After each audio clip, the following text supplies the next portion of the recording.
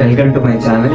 Today మనం నేర్చుకోబోయేది ఏంటంటే how to perform A basic monologue challenge. Monologue challenge అంటే ఏంటి, దాన్ని ఇప్పుడు ఎలా పర్ఫార్మ్ చేయాలి అనేది ముందు చెప్తాను, మీరు స్కిప్ చేయకుండా చూడండి. సపోజ్ ఫర్ ఎగ్జాంపుల్ ఏదో ఒక టాపిక్ ని సెలెక్ట్ చేసుకుందాం. ఇప్పుడు దాని నుంచి మోనోలాగ్ ఛాలెంజ్ అనేది ఇప్పుడు నేను చేసి చూపిస్తాను. అంటే ఎలా రియల్ గా న్యాచురల్ గా ఒక మోనోలాగ్ అనేది చిన్న స్క్రిప్ట్ వీడియో అనేది ఎలా చేయాలో ఇప్పుడు చూద్దాం. వ్యాలంటైన్స్ డే వస్తుంది కదా, దాని గురించి చేస్తే పోలే, దాని గురించి ఒక చిన్న రిపోర్ట్ రాశాను, దాన్ని ఇప్పుడు యాడ్ చేద్దాం మనం. ఇప్పుడు నేను చేస్తా చూడండి, ప్రతిదీ అబ్జర్వ్ చేయండి డీటెయిల్ గా, ఎక్కడెక్కడ ఎలా మాట్లాడుతున్నాను, ఎక్కడెక్కడ ఏమేమి ఎక్స్ప్రెషన్స్ ఇస్తున్నాను. సో ప్రతిదీ పాయింట్ టు పాయింట్ మీరైతే చూడండి. ఓకే. వ్యాలంటైన్స్ డే అందరూ బాగానే జరుపుకుంటారు, కానీ నేను నా గతాన్ని గుర్తు తెచ్చుకుని మరీ జరుపుకుంటాను. మరువలేని రోజులవి. నేను చేసిన తప్పేంటి అని 1000 సార్లు ఆలోచించుకుని ఉంటాను. ఈ నెల గ్యాప్లో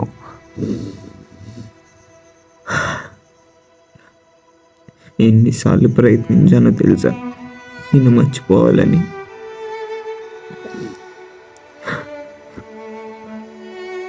కానీ నీ నవ్వు, నీ మాటలు, నీ కోపం,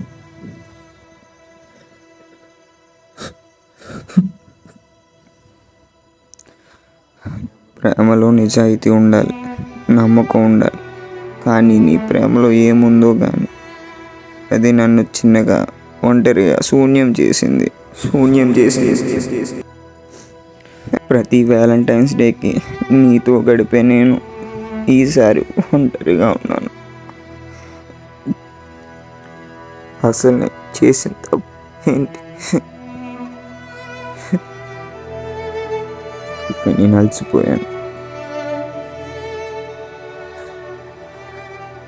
ఈ రోజు నుంచి నా కోసం నేను బతకాలి, నా కొత్త లైఫ్ స్టార్ట్ చేయాలి. అలా కూర్చొని ఏడ్చి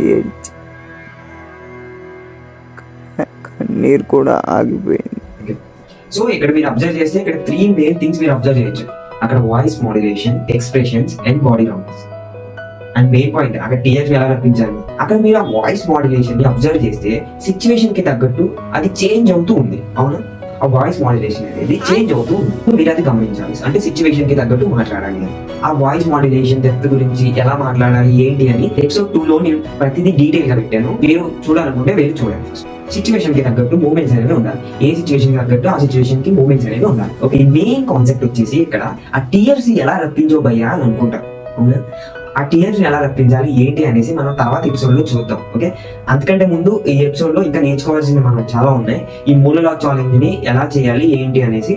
ఓకే, ఈ మోనోలాగ్ ఛాలెంజ్ ని ఎలా పర్ఫార్మ్ చేయాలి అంటే 30 సెకండ్స్ వీడియోకి 4-5 లైన్స్ స్క్రిప్ట్ ఒక డైలాగ్ ఏదో రాసుకుని డైలీ కెమెరా ముందుకు వెళ్ళి నేను చెప్పిన విధంగా డైలీ ప్రాక్టీస్ చేసి మోనోలాగ్ ఛాలెంజ్ ప్రాక్టీస్ చేసి రోజు చేయడం వల్ల ఏమవుతుందంటే మీకు ప్రాక్టీస్ అవుతుంది.